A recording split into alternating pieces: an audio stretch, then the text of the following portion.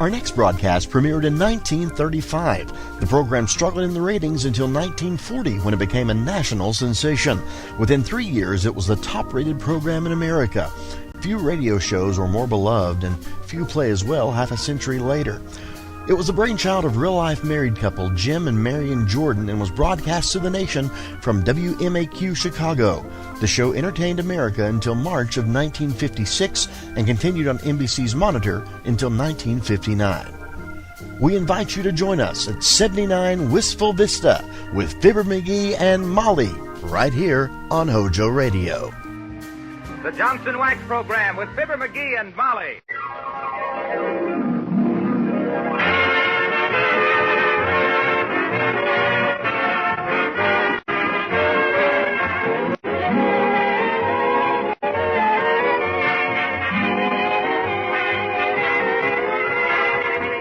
Of Johnson's Wax and Johnson's Self-Polishing Glow Coat present Marion and Jim Jordan as Fibber McGee and Molly with Donald Novis, Bill Thompson, and Billy Mills Orchestra. The show opens with A New Sun in the Sky.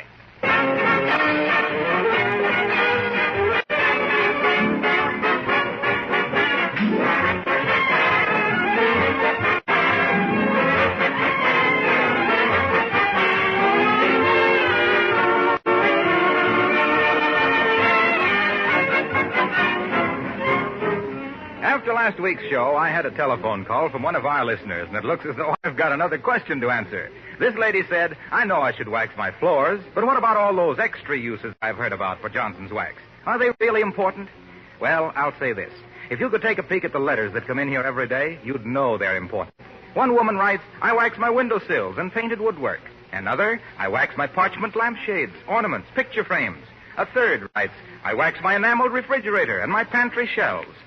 Now, why do they wax all these things? For the same reasons they wax their floors. For protection, beautification, and labor saving. Protection against fingerprints, surface scratches, and stains. Adding a rich, mellow beauty to every corner of the house.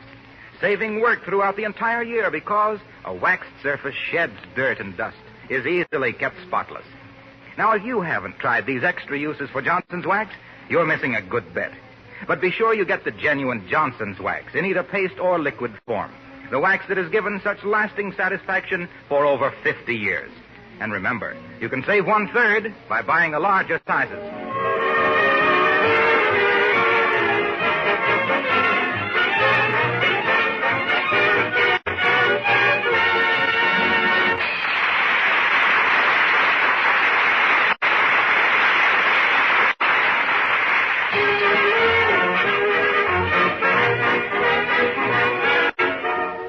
There's been quite a discussion at 79 Wistful Vista, a discussion as to whether or not Fibber should get busy and take down the window screens for the winter. It was quite an argument while it lasted. And here on a stepladder, taking down the window screens, is the loser. Very busy under the watchful eye of the winner, Mrs. Simon Legree McGee. A combination otherwise known as Fibber McGee and Molly.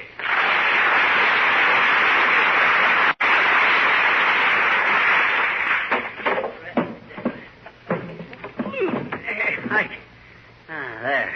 I guess that's enough for today, Molly. I'll take the rest of them down later. Oh, no, you don't, McGee. If we don't get the screens off and the curtains cleaned and all, what on earth will the neighbors think? What do I care what the neighbors think? If they don't think we're clean, they got dirty minds. Tattletale gray matter, you might say.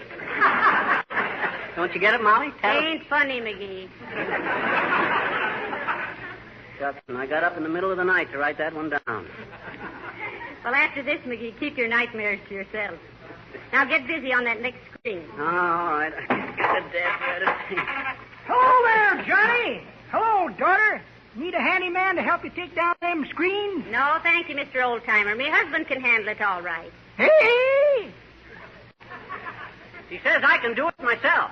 She's starting a new production next week called Paint in the Garage, and this is my screen test. That's pretty good, Johnny, but that ain't the way I heard it.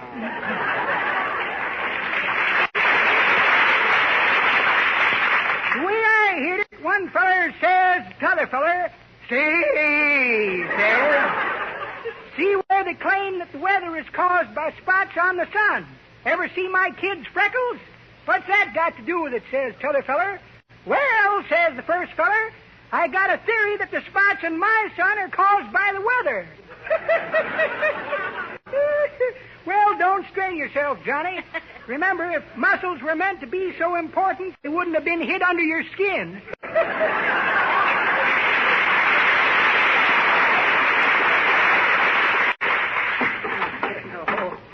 Hold the ladder, Molly. I'm coming down. Oh, what for? You've only taken down 2 screens. I know, but I feel kind of faint.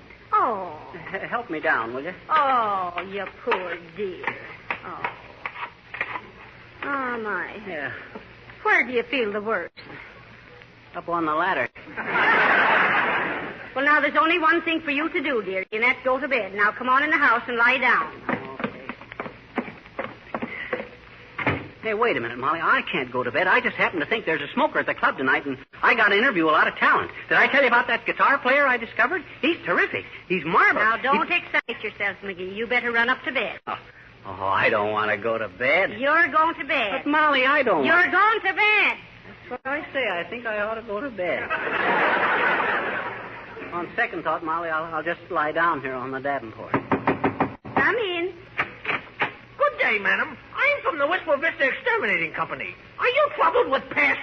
Yes. What kind? Salesman from Exterminating Company. I get it. Who was that, Molly? Oh, that was just a man from the Exterminating Company. Oh, too bad you couldn't given him some work to do, Molly. Them poor fellows just live from hand to mouth. Oh, am I sick? You must. I'll get it, Molly. It's mostly that. It must be that guitar player. Lie still, dearie. Lie still. Don't exert yourself. I'll answer it. Okay. 79 Wistful Vista, Molly McGee speaking. Yes. Yes. No. No. Oh, yes, what's all this? What? Yes. That's right. Don't mention it. Goodbye. Who was that? Wrong number. That was a lot of conversation for a wrong number. Oh, don't be so suspicious, McGee. Somebody wanted to know if Billy Mills' next number was going to be Sweet Sue, and that was wrong. The right number is Pagan Love Song. Oh, prop me up, Molly. I want to hear it.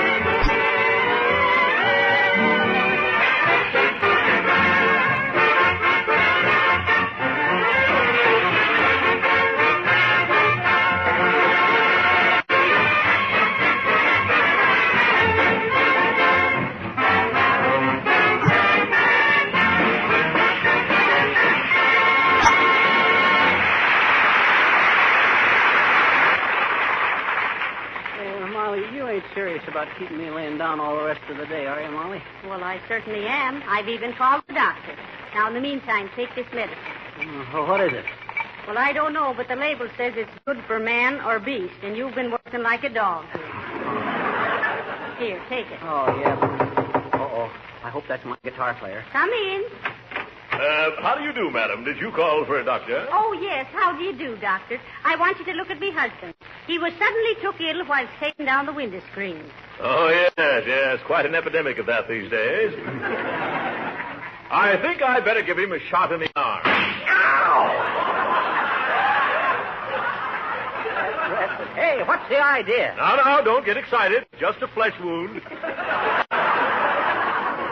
Here, let me put a bandage on it. Oh. There you are. Lucky thing I was here when this happened. Say, Doctor, give him a good looking over. Oh, certainly. Incidentally, Doc, you don't look very good yourself. I don't? No, your color's bad. Let's see your tongue. Nah. Very bad. Let me feel your pulse, Doc. No, the other foot. You think it's anything serious? I've been working pretty hard here lately. Oh, pretty hard to tell, Doc, on a hasty examination like this.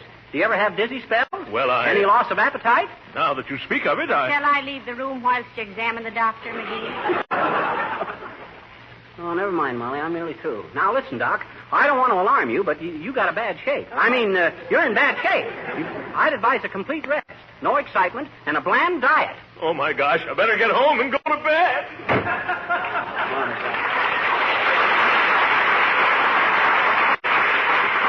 What a doctor. I wouldn't let him doctor my horse. Well, you haven't got a horse. Well, I got a good mind to get one just to not let him doctor it. Oh, let me get up, Molly. I feel better. Besides, I got to take that guitar player down to the club when he comes. You ought to hear him, Molly. Why, he's Nick Lucas and Bing Crosby all rolled into one. That must be very uncomfortable for both of them. Now, you lie still and get some rest whilst I take down the rest of the curtains. And if you want anything, just call me, dear. This is a fine state of how do you do. I can get myself into more scrapes than an old-fashioned razor. Rats are dead. Hello, Fisher. Oh, hi, Nick. Say, what is this I'm hearing about you being under the climate? You mean under the weather, Nick? Yes, that's right. I guess I just been overworking. Well, for scream's sake. I hope it is only being slightly fatal. I'm hearing that there is quite an epidermis of hay fever. Not epidermis, epidemic. Epidermis is your skin. It is? That's funny. I never noticed it. How does it feel? How does what feel? Well, maybe not. Anyway, I'm being quite susceptible to having hay fever myself about this time of the year. In September, act sober, and no wonder. You are, eh? What makes you think you have hay fever? Oh, well, every night about 1:30 Amos and Andy, I'm getting in a terrible fever to hit the hay. You grab me? Maybe that's what I got, Nick. Is that so? You must be in a very serious condition. If I were you, Fizzer, Yeah? and thank goodness I'm somebody else, I would watch my stomach very closely. And the best way to do that is to cut a little hole in the front of your shirt. Well, I hope you're back on my feet again soon. If you're not feeling better tomorrow, don't you wish you'd been more careful yesterday?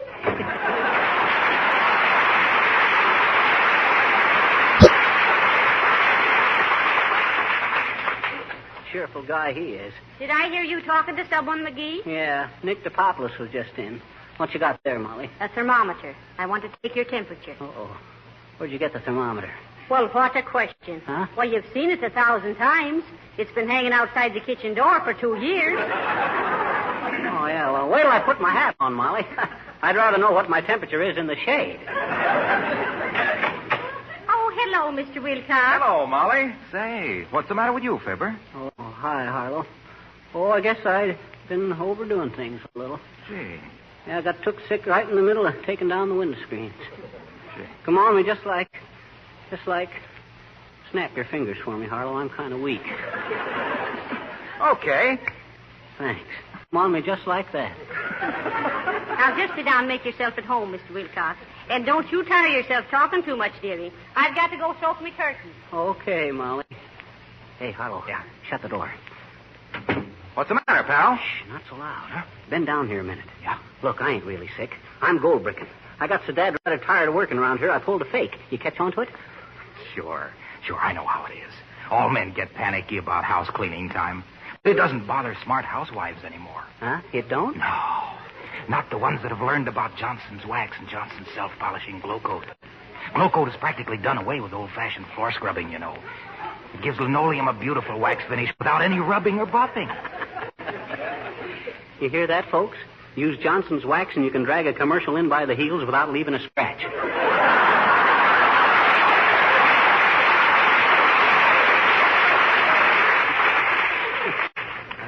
Go on, Cuddles.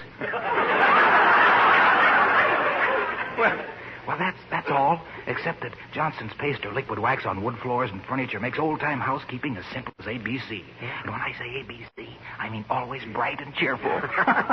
Why, do you know, Fibber? McGee, well, what are you two whispering about? Who? Us? Well, I just didn't want to disturb Fibber too much, Molly. He's a pretty sick fella. I'm afraid he is too, Mr. Wilcox. I don't know exactly what to do about it. Well, if I were you, I'd give him a good dose of castor oil, rub his chest with bear's grease, and keep him off cigars for a week or so. Take care of yourself, pal. Oh, all the dirty... If that ain't the worst ingratitude... Bear's grease. Hey, Molly, that must be that guitar player. If it is, stick around and listen. The guy's tremendous. What a voice. Now, easy, dearie, easy. Don't get excited Okay. now. Come in. Oh, how do you do, Mrs. McGee? And Mr. McGee. Oh, how do you do, Mrs. Uppington? Hi, Uppy. Oh, nice to see you both looking so well. I ain't well, Uppy. I've been sick. Really? Oh, now please, Miss McGee. Oh, I'm afraid you're just pulling my... but that's what I admire about you. Your drollery. Hand me a handkerchief, Molly. Uppy says I'm drolling. Quiet, McGee. No fooling, Mrs. Uppington. He is sick. Oh, well, then it's probably just the change in temperature.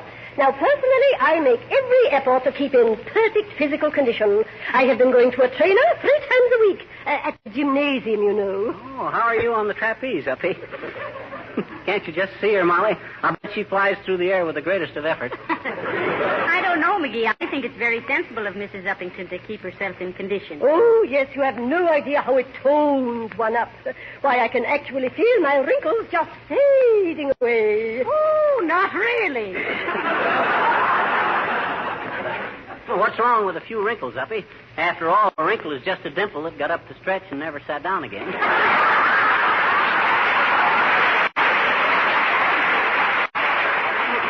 I feel a little better now. Don't you get it, Uppy? I said. Oh, yes, that was very amusing. I thought it was killing you. Oh, yes, indeed. But, Mrs. McGee, you must try my athletic trainer. He is so delightfully brutal. Why, I have seen him tear a telephone book in two with his bare hands. Oh, dear. Yes. I asked him how on earth he ever learned to do it, and you know what he said? What did he say? Well, it was so amusing. He said he got started by tearing up one telephone number at a time when he got married. Wasn't that silly? Oh, my. Well, I must be going. Goodbye.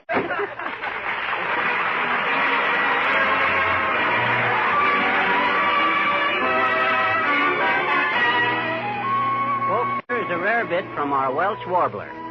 Donald Novus singing The Man with the Mandolin. The music man is coming, a happy song he's humming.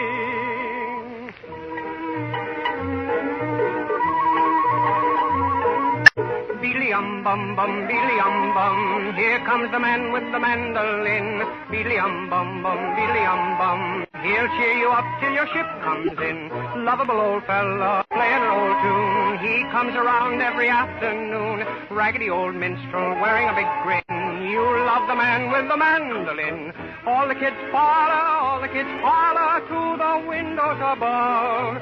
Mama throw a nickel and the man will pick a little tune we love. Beely-um-bum-bum, beely-um-bum, open your heart, let the music in. Beely-um-bum-bum, beely-um-bum, there goes the man with the mandolin. Ah, there comes the man with the mandolin. Ah, he'll cheer you up till your ship comes in. Ah, he comes around every afternoon. Ah, you love the man with the mandolin.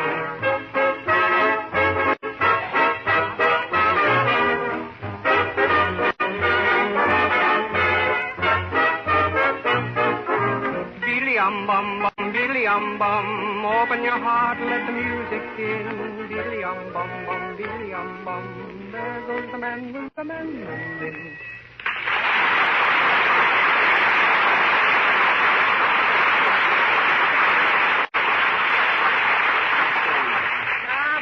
was grand, Mr. Novi. I'm glad you liked it, Molly.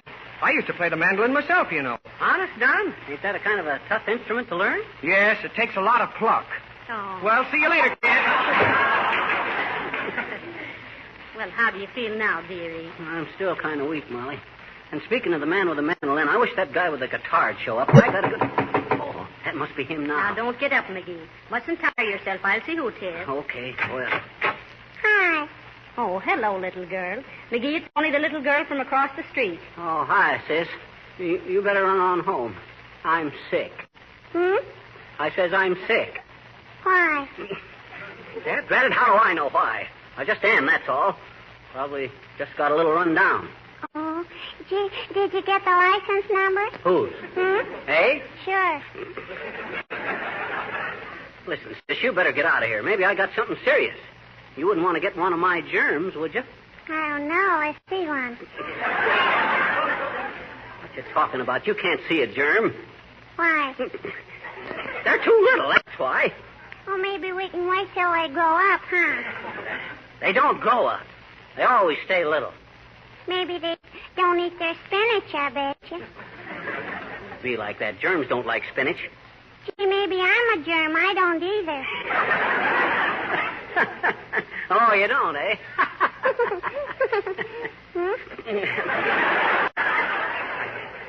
Listen, sis, go on home. Suppose I had the mumps, or the measles, or the chicken pox, or something. Gee, that'd be dandy, I bet you. Can I stay and watch? Dad Rabbit, can you stay and watch what? Well, gee, if you got chicken pox, maybe you'll lay an egg, huh? Go on. I don't lay eggs. Oh, that ain't the way I heard it, I bet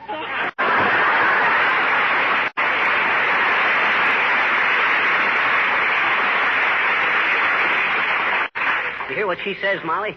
Dad rat it, the way I lead with my chin, I ought to be wearing a beard for a shock absorber. Oh, now calm yourself, dearie. Well. After all, you're a sick man and mustn't get excited. Come in. Mr. McGee live here? Yes, he does, but he's not very well. Oh, is that a guitar you have with you? Well, if it isn't, I'm out $7.98. Well, come right in, Mr. Saputo, Frankie Saputo, the czar of the guitar. You don't say.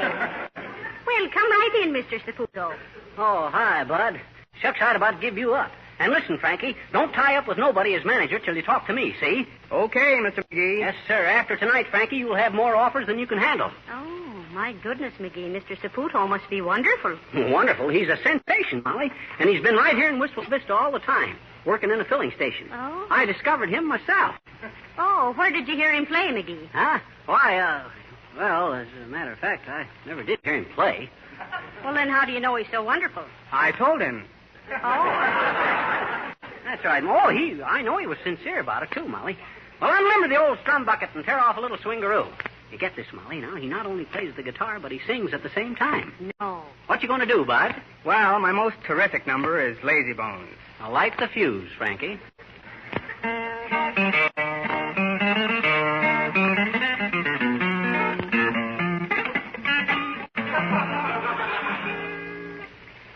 Lazy bones, lying sun. I expect to get your work done. Never get it done in the sun. Lazy bones. Shade. I expect to make any money. You never make any money that way. Or any other way. When tears need spraying, I'll bet. This bag has fog. Lazy bones. Shade. I expect to make any corn meal. You never make any cornmeal because you don't know how. Because you don't know how.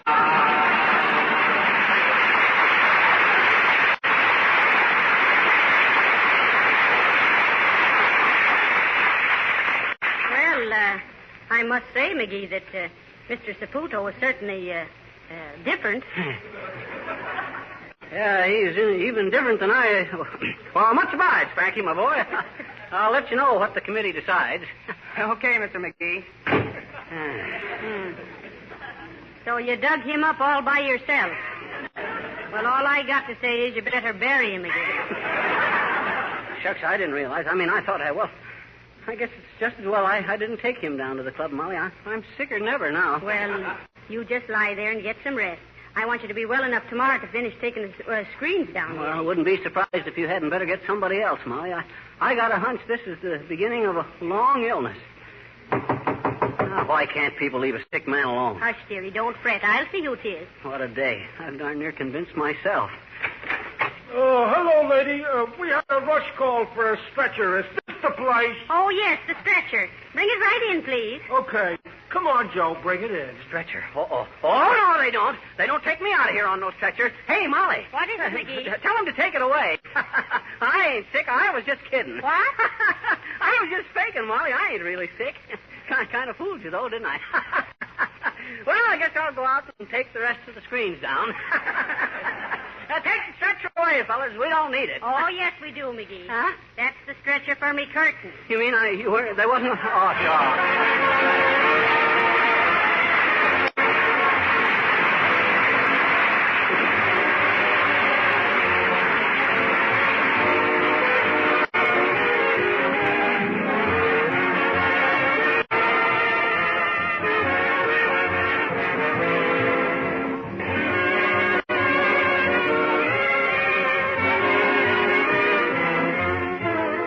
Often heard the expression, you can't do two things at once. Well, you can put that down as wrong. And I'll tell you two things you can do at once. You can clean and wax polish your car at once in the same operation with Car New, that revolutionary new auto product developed by the makers of Johnson's Wax. Before the days of Car New, you had to use a cleaner first and then a wax. Two products. Today, Car New does both jobs in half the time it used to take. Simply put it on, it dries to a powder, you wipe it off, that's all there is to it. If your car is a brand new 1940 model, or if it's 10 years old, you should wax polish it right now with Car New.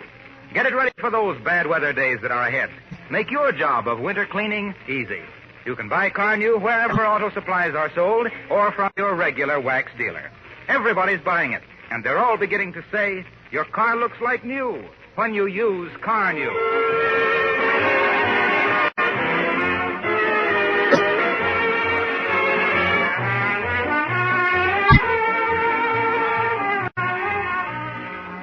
I never thought you'd try to get out of doing your work by pretending to be sick. Aren't you ashamed? Yeah, I am, Molly. Ashamed I didn't think of it before. I'd have got away with it, too, if you hadn't brung in that stretcher. That's when I lost hope. Oh, Hope. Oh, my goodness. Come on, McGee. Let's hurry home and listen to the radio. He's back tonight. Who? Bob Hope. Oh, okay. Good night. Good night, all.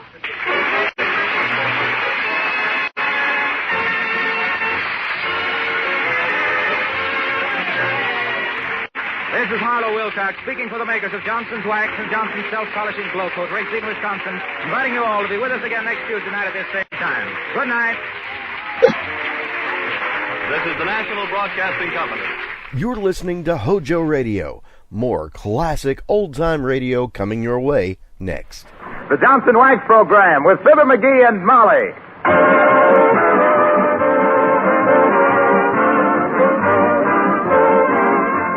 Of Johnson's Wax and Johnson's Self-Polishing Glow Coat present Marion and Jim Jordan as Fibber McGee and Molly with Donald Novis, Bill Thompson, the Paul Taylor Choristers, and Billy Mills Orchestra. The show opens with Great Day.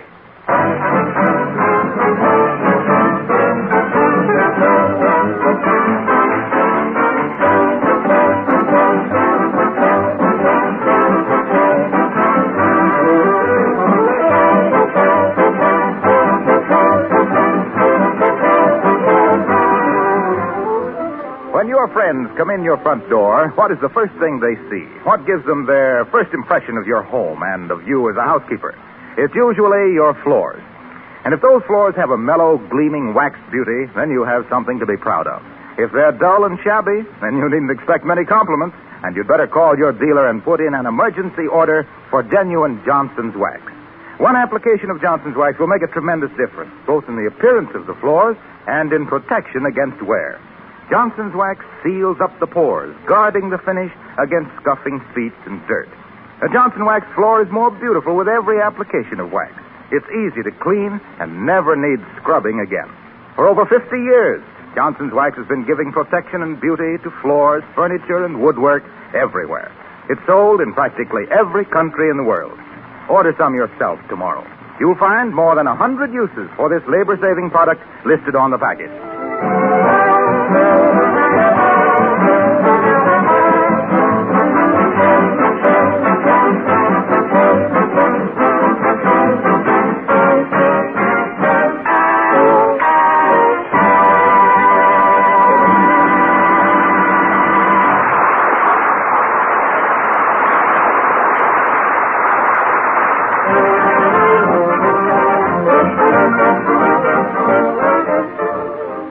With the winter dramatic season sneaking up on us, there's been a great public clamor for Fibber to revive his original play, Hiawatha, which you may remember had a long run at the Bijou Theater one night in November 1936.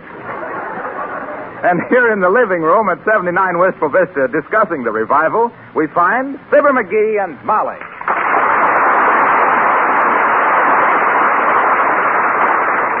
I told you, Molly, that someday they'd want to revive that play of mine. Heavenly days. I don't know how they could revive anything as dead as that. Oh, I don't know. I think it's a pretty catchy little play. Say, how do you think Mr. Boomer would play the part of the Indian chief? Oh, he'll be okay if we have a big audience. Oh, temperamental, huh? Oh, no, but he says he can always play a buck with more confidence when he's got a full house. Well, I'm certainly glad Mr. Gildersleeve's going to be in the play. Oh, me too. He'll be great. Oh, yeah. That guy ain't got any more nerves than a set of false teeth. Don't worry about Gildersleeve. He'll be... Oh, how do you do, Mrs. Uppington? Oh, how do you do, Mrs. McGee? And Mr. McGee? Hi, Uppy.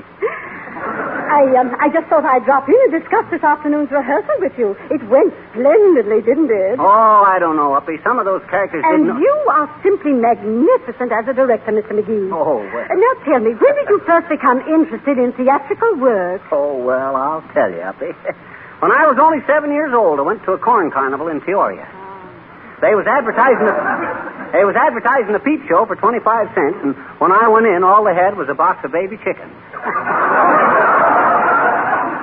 Right then and there, I realized there was dough to be made in the theatrical business.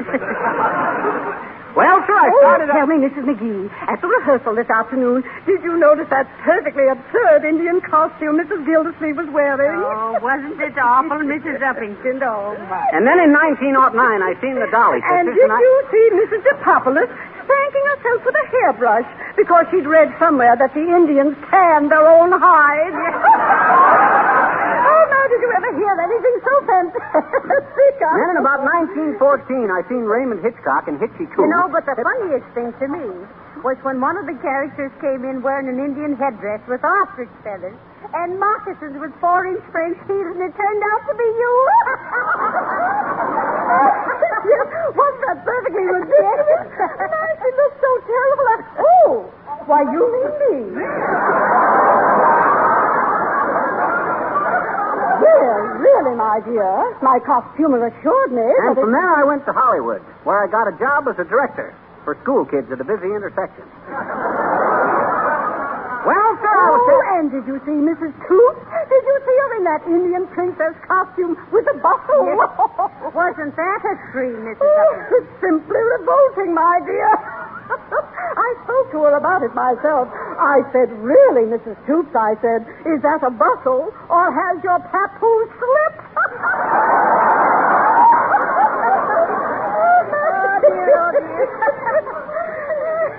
And by that time, I seen where talking pictures had a real future.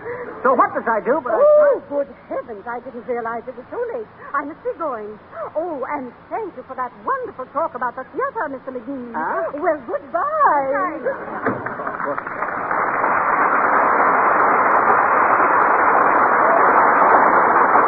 What does she mean to talk about the theater? I couldn't get a word in edgeways. Oh, well. The way you gals like to rip each other up the back, it's a wonder you ain't born with zippers on your spine.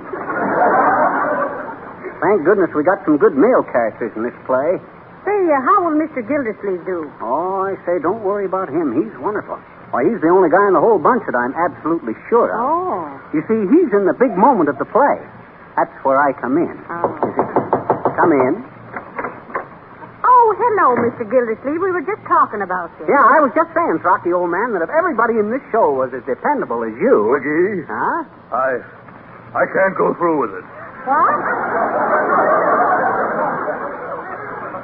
What you mean, Gildersleeve? Well, frankly, McGee, I don't know. How do you feel when you have stage fright? Why, that's easy, Mr. Gildersleeve.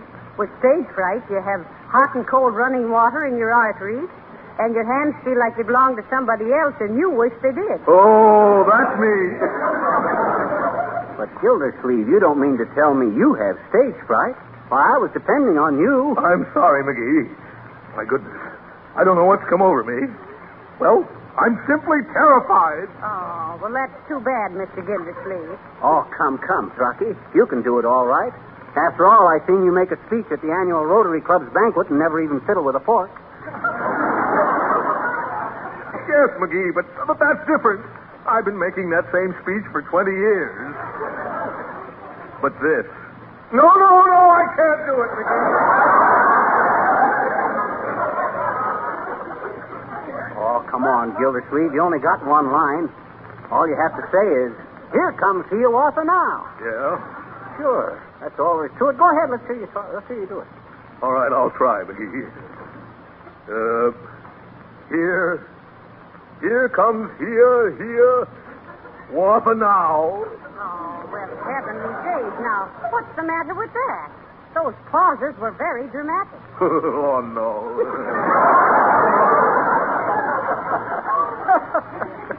Why, shucks, Gildersleeve. You ain't got a thing to worry about. Being nervous makes just for a good performance. Well, I don't know, McGee. And I know what I'm talking about, too.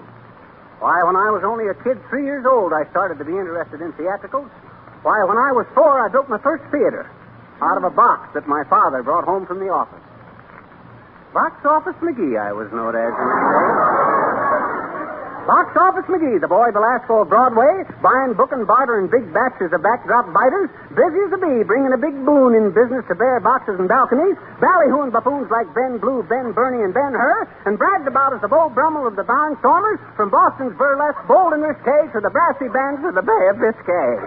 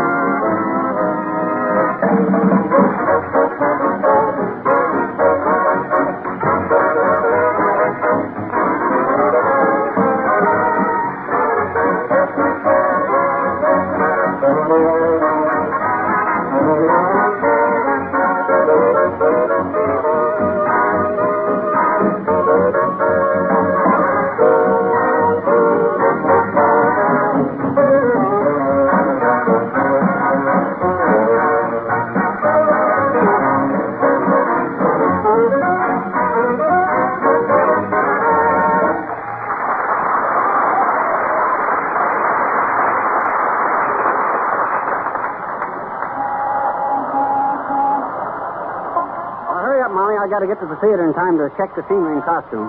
Here, right down this alley here. Heavenly days. Why do all stage doors have to be up a dark, dirty old alley? Don't sneer, Mrs. McGee. That's a valuable tradition. It brings the actors back to reality. What do you mean, reality? Well, for instance, when an actor's playing Henry VIII and takes off his gold sword and diamond-studded helmet and steps out of the theater into an alley full of stray cats and garbage cans, he realizes he ain't a king. He's just a mug with an overdue laundry bill and his name spelled wrong in the reviews. Hey, that ain't a bad idea. Hi, mister. Oh, hello there, little girl. What you doing? I says, what you waiting here for? You got a friend in the show? No. Oh, you ain't, huh? Yes. Oh, you have? No. Huh? Oh, never mind. Okay. Say, mister, what time do they feed the actors?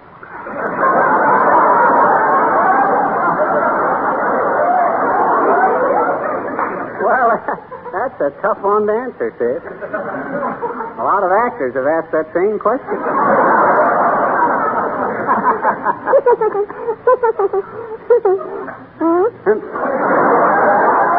One side, sis. We got to go in the theater. Oh, well, gee, can I please have your autograph? And can I please, and can I? Have my what? Your autograph? Oh, you mean my autograph? Why, sure. There you are. Oh, you just signed your name. Well, what'd you expect? My address, phone number, and blood pressure? Oh, gee, for 2 bits I can send to Hollywood and get a big picture of almost anybody. Signed, to my dear little pal and faithful member of the Hoosiers Fan Club with the affectionate regards of...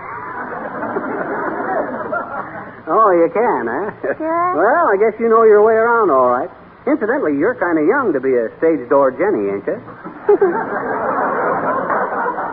No. Oh, yeah, sure. But that's okay.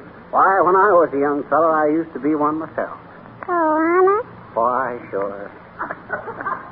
I was always sporting around with some beautiful actress. Oh, gee.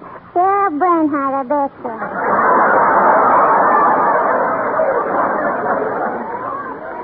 Well, I wouldn't go that far back, sis. You hear her talk, Molly? She don't even know what a stage door Johnny is. Oh, yes, I do. Oh, no, you don't. Oh, yes, I do. Oh, no, you don't. Oh, yes, I do. Oh, what is it then? Well, a stage door Johnny is a chap who hangs around with orchids in his hand and dough in his jeans, waiting for a chorus girl with knots in her legs and larceny in her height.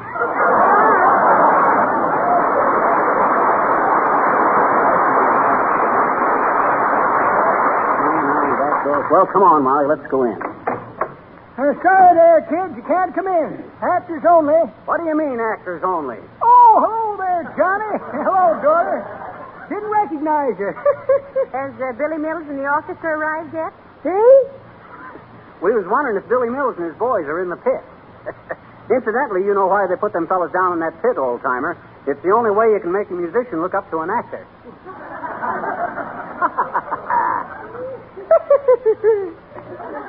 That's pretty good, Johnny. That ain't the way I heard it. The way I heard it, one feller says to t'other feller, say, he says, I just read where there's more horses in this country than there ever was. Think you'll ever replace the automobile? No, says t'other feller, not entirely. Anyway, not until they can cover baseballs with the skin of a Buick. Say, you kids better get dressed. Oh, yes. All right, folks, now has everybody got their parts? All the costumes okay? Say, Fibber. For goodness sakes, Mr. Wilcox, not so loud. They'll hear you out front. Oh, I'm sorry. Well, I'm glad to see you got a good-looking Indian costume, Harlow. Thanks. Say, do you mind if I make a little curtain speech to kind of tie in with the show? Must be a very funny speech, but I'm afraid not, Harlow. If there's any speech-making to be done, I'll do it. Why, Mr. Wilcox? What did you want to tell them? And what do you mean tie in with the show? Well, I want to say something about another redskin bites the dust, and then something about dust bites another redskin because he didn't have sense enough to avoid dust and dirt in his wigwam by using Johnson's self-polishing glow coat. You know, the no rubbing, no buffing floor polish that shines as it dries.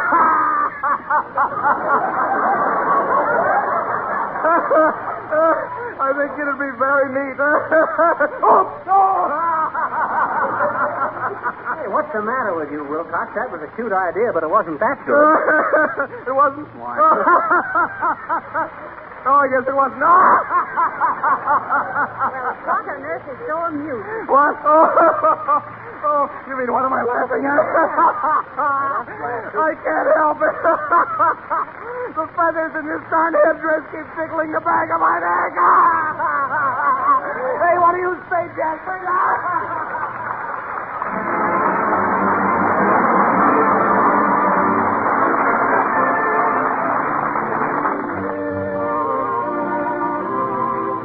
The greatest kiss is one that lingers on. The dearest memory always lingers with us all. Last night I touched your fingertips, and when I kissed your lips, I fell in love last night. Last night I felt your heart beat fast. Swiftly the moments passed. Why couldn't it last last night? Tonight here I am all alone. My lovely dream has flown. Why must I be alone? I miss you last night. Why did we say goodbye? My heart keeps asking why. Why couldn't it last last night? I miss you so tonight. Here I am all alone. My lovely dream has flown. Why must I be alone? I miss you. Last night, why did we say goodbye? Why did we say goodbye? My heart keeps asking why couldn't it last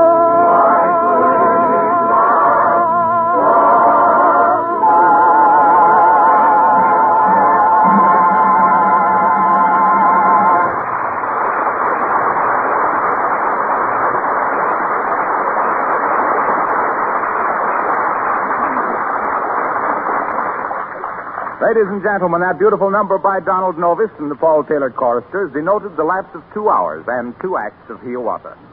So we proceed with the third smashing act of this gripping drama.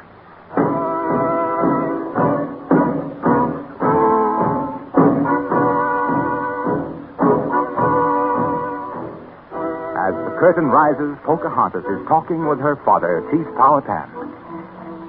And what does my father, the mighty Chief Powhatan, think of my lover? Well, now, my little beaver dam, or dame, I don't believe I caught the name, but if he is a mighty warrior, perhaps he is the right lad for you. He is Hiawatha, Father, and he is strong. He is brave. He is handsome. He is, well, in fact, Popsy, he's Clark Gable with feathers. Why doesn't Pocahontas rave about some handsome local brave? I'd like to see you share your tent with someone who's a local gent. Hush, Father. He comes. Hiawatha comes. Here comes Hiawatha. Now?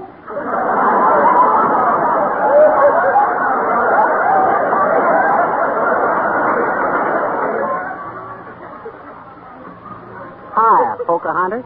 Hi, Hiawatha. Whither comest thou hither from? From the shores of Hoochie Coochie, from the shining big sea water. I have come for Pocahontas. Tell your dad I want his daughter. Welcome, welcome. Keep our toopee, or to our teepee. Hiawatha, mighty warrior. Listen, Pokey, tell your father not to sneer at Hiawatha. If he does not care for strangers, he is just a dog in manger. Say not so, my Hiawatha. He is but the chief, my father. He is old, and though he's flighty, he is Powhatan the mighty. Father, this is Hiawatha. Hiawatha's me boyfriend. Hello, my boy. I hear you're smarting. Smotin'. Smitten.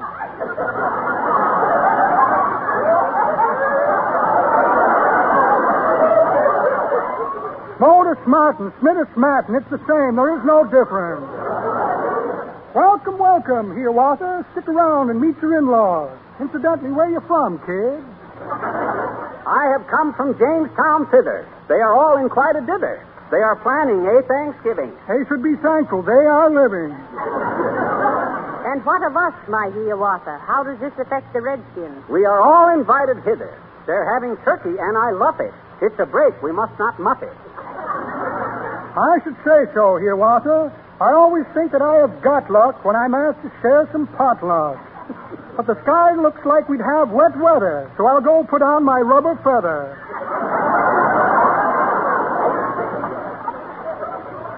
What's this mini-ha-ha rumor? Or has gossip pulled a bloomer? She's just an old friend of the family. Just a squaw that men forget. She gave me one ha-ha too many. Too many ha-has she was giving. Ah, then come, my Hiawatha. Let us walk into the forest. That's the thought, my Pocahontas.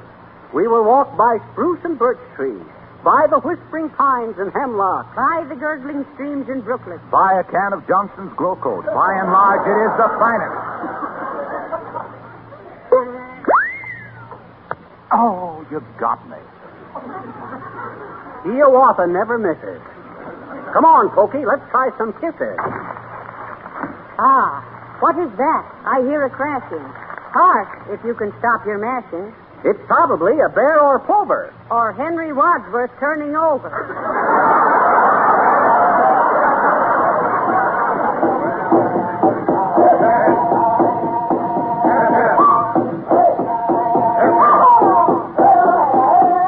Ah, look, they come, my Hiawatha. It is Powhatan, my father. They are noisy. They are fearful. They give me an awful earful. Me too. Hiawatha hears them whooping. Listen to that boop-a-dooping. It is not their spears I fear. It is just their whoops, my dear. If I were you, I'd make for home. They plan to devastate your dome. You lose your hair and I lose you. I wouldn't blame you if you blew. Say not so, my sweetheart true. I'll stay and shoot a buck or two. Look, my boy, you see, it's this way. My warriors seem to resent my daughter marrying outside the tribe. The tribe thinks we should beat your brains out. Huh? All right, boys, grab him. Oh, Father, make them stop that yelping. My lover's bald and not worth scalping. Never mind them, Pocahontas. It appears they just don't want it. If these boys are really sore, that's all there is. There ain't no more. Blindfold him. That's it. No. Now bring him over to this stump, and if he struggles, slug the tongue. Oh. Father. Careful there. Be quiet, daughter. This guy jilted Laughing Water. What? Just got this wire, Racine, Wisconsin, where Minnie Ha-Ha works for Johnson. She says she had him in the halter, but he faded at the altar. All right, boys. All right, boys. Let me at him with this tomahawk. Now, where'll I put that tomahawk?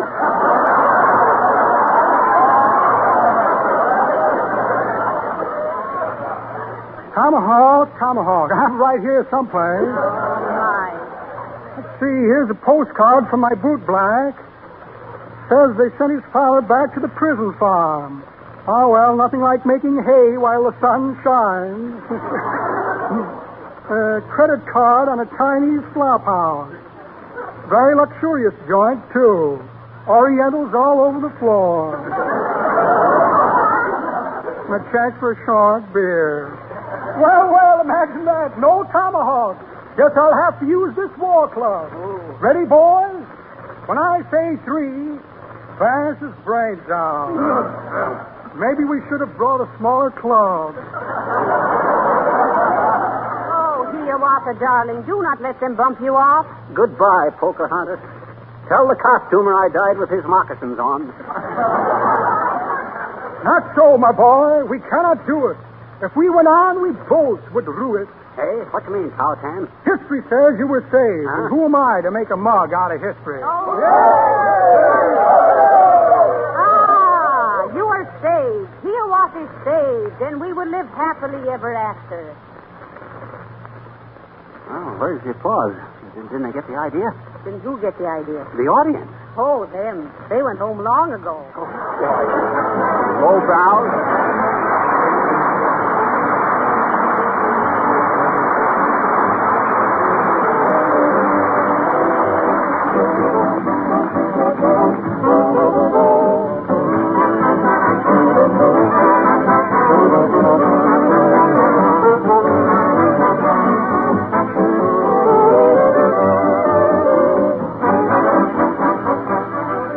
Molly will be back in just a moment. When you buy linoleum, its colors are bright and fresh. Wouldn't it be nice if you could always keep them that way? Well, you can very easily, simply by buying a can of Johnson's self-polishing Glow Coat. Glow Coat will not only keep the colors bright and new-looking, but it will also make the linoleum last years longer than floor covering that is continually scrubbed with soap and water. Too much scrubbing softens and cracks the surface. Glow Coat protects the surface. And besides this protection, Glow Coat's a wonderful labor saver. In the first place, it requires no rubbing or buffing. It's self-polishing. Just apply and let dry. And in 20 minutes, you have a sparkling, beautiful floor. In the second place, it's easy to keep a glow-coated floor spotless. Spots and stains wipe up quickly with a damp cloth. You can use Glow Coat for your painted and varnished wood floors, too. You'll find it everywhere. The attractive red and yellow can of Glow Coat. Spelled GLO-COAT.